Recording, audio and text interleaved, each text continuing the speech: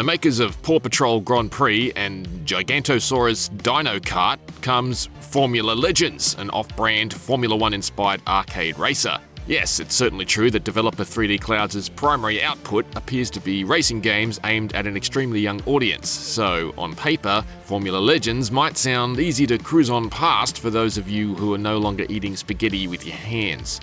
However, if you're a fan of the long and storied history of Formula One racing, as well as games like Art of Rally, Circuit Superstars and Micro Machines, Formula Legends might prove to be a dark horse in the race. This colourful, toy-like arcade racer consistently impresses thanks to its charming and evolving approach to showcasing the many eras it represents, although the fun is punctured somewhat by a slightly laggy handling model, some annoyingly uneven AI, and its lack of multiplayer.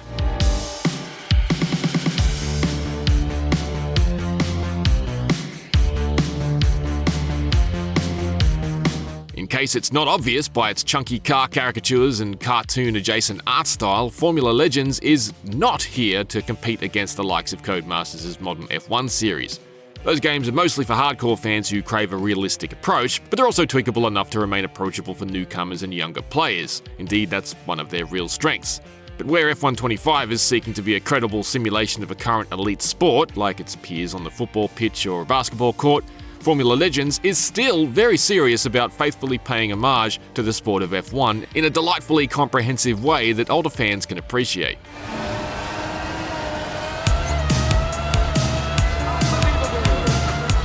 Taking a greatest hits style approach to the history of the world's premier open-wheel motorsport, Formula Legends boasts a career mode that covers 7 decades, stretching all the way back to the 60s.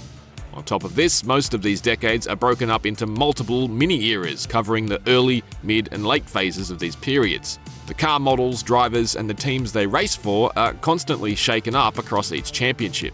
Many of these championships are locked until you complete the one prior to it, but there are entry points in each decade. This feels like a good balance between giving us plenty to unlock, but also the flexibility to hop around the different eras as we choose. You won't have to chronologically move all the way from the late 60s to today, through 70-odd years of racing, just to unlock the most modern car and driver combinations. You can do a vintage championship, head into the 2020s, and then jump back into the 90s if you want to. All the while, you'll be unlocking new content. It's all very well considered. We ought to note that Formula Legends is completely unaffiliated with real-life F1, so there are no licensed cars or driver names. This kind of thing comes with its own sort of charm, however. Not only does it remind me of the equally unlicensed sports games full of cheeky sound-alikes I played in my youth, but part of the fun for me has been discovering the silly aliases 3D Clouds has cooked up for its huge timeline of teams and drivers. This means being introduced to the likes of Oswald Pastry, Charlie LaCream and Lewis Hamilton, and also past drivers like Dave Coulsoft, Marvin Brubble, and Mike and Mouth Shoemaker.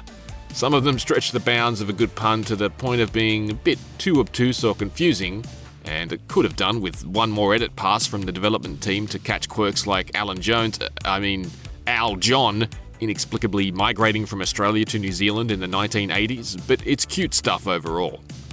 The cars look great, and I like how their squat frames and exaggerated features make them look like the sort of micro machines I would have climbed over every kid in my class for back in the late 80s. They sound great too, thanks to the fact that Formula Legends' engine sounds profoundly change for each era. Well, they don't all sound great, because the real modern F1 is limp and wheezy compared to the primal screaming present in the age of V10s, but that's not 3D Clouds' fault. Actually, there's currently a sound bug that causes the engine noise for the modern cars to sometimes drop out for extended periods. It's a fault I'm sure 3D Clouds will seek to fix as soon as feasible, but it's probably an indictment on today's V6 turbo hybrids that I didn't really miss hearing them that much. Spanning so many eras of racing has also compelled 3D Clouds to get clever with how it handles the vast differences between old-school racing tracks and their dramatically refurbished incarnations. For this, many tracks have up to 3 different versions: vintage, classic, and modern.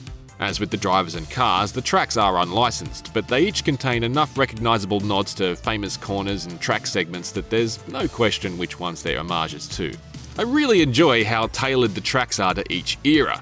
Vintage tracks make liberal use of hay bales as their one and only concession to driver safety, and they're largely surrounded by quaint countryside, while their modern versions are lined with curbs and wrap-around areas that have since become huge, built-up racing precincts. Better yet, while some tracks evolve upon a single recognisable layout, like the circuits for Belgium or Italy, which riff on Spa and Monza respectively, others find themselves totally reinvented. The vintage German circuit is an extensively long track that winds through a forest, mimicking the full Nürburgring Nordschleife that F1 cars used to race on, but the classic and modern German track is a shorter and more conventional GP circuit.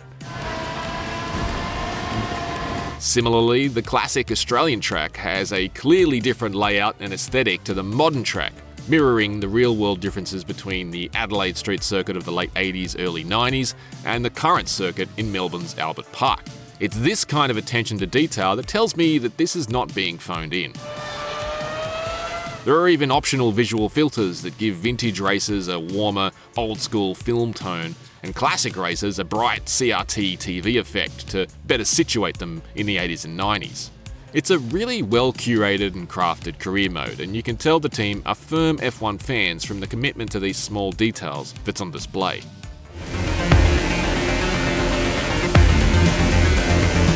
The disappointing part of Formula Legends is that it doesn't always hold up out on track. There are some circuits where I'm able to get into a pretty good groove, particularly after several laps of the layout to learn the corners. However, there are a few too many other occasions where it's difficult to find the right rhythm without yawing side to side trying to correct my line coming out of corners. I think the reason behind this is that there's some odd lag in the steering, like it's not responsive enough. It makes rapid changes of direction, like chicanes, quite frustrating at times. The change of angle coming a fraction late does take some getting used to. A bit more sharpness to those controls would have been preferable. I like playing Formula Legends from its most distant camera setting. A cockpit camera is included, but it wasn't my preferred view, because that's where it reminds me most of Art of Rally, and where I feel it's at its best. A more top-down view takes the edge off the numbness in the handling model. The difference is, Art of Rally doesn't have a gaggle of other AI cars to contend with, and it's Formula Legends' AI cars that are one of its key weaknesses. It's quite annoying how impactful even minor contact with your AI opponents can be.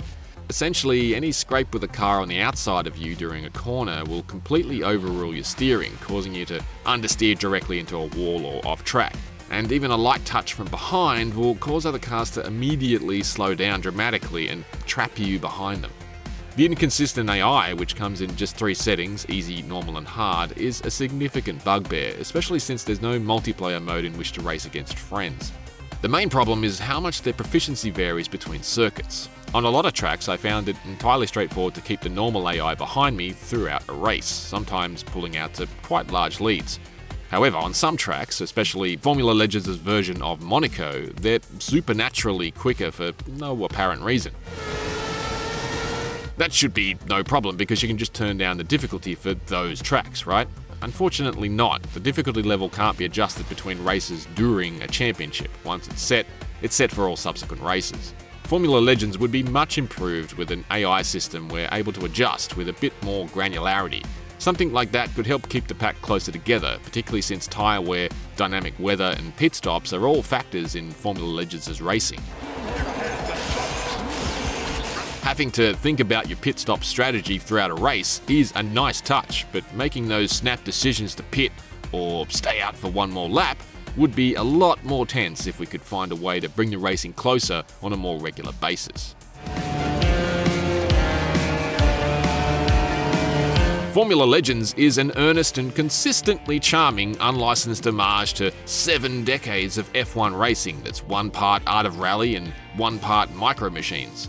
With tracks, engine notes and even visual filters that evolve dramatically over the decades, Formula Legends has me thoroughly addicted to exploring and unlocking its many eras of racing, and I was willing to put up with its laggy handling and frustratingly inconsistent AI races in order to take it all in. For more recent reviews, you can check out our verdicts on Ghost of Yotai and the early access launch of Skate. For everything else, stick with IGN.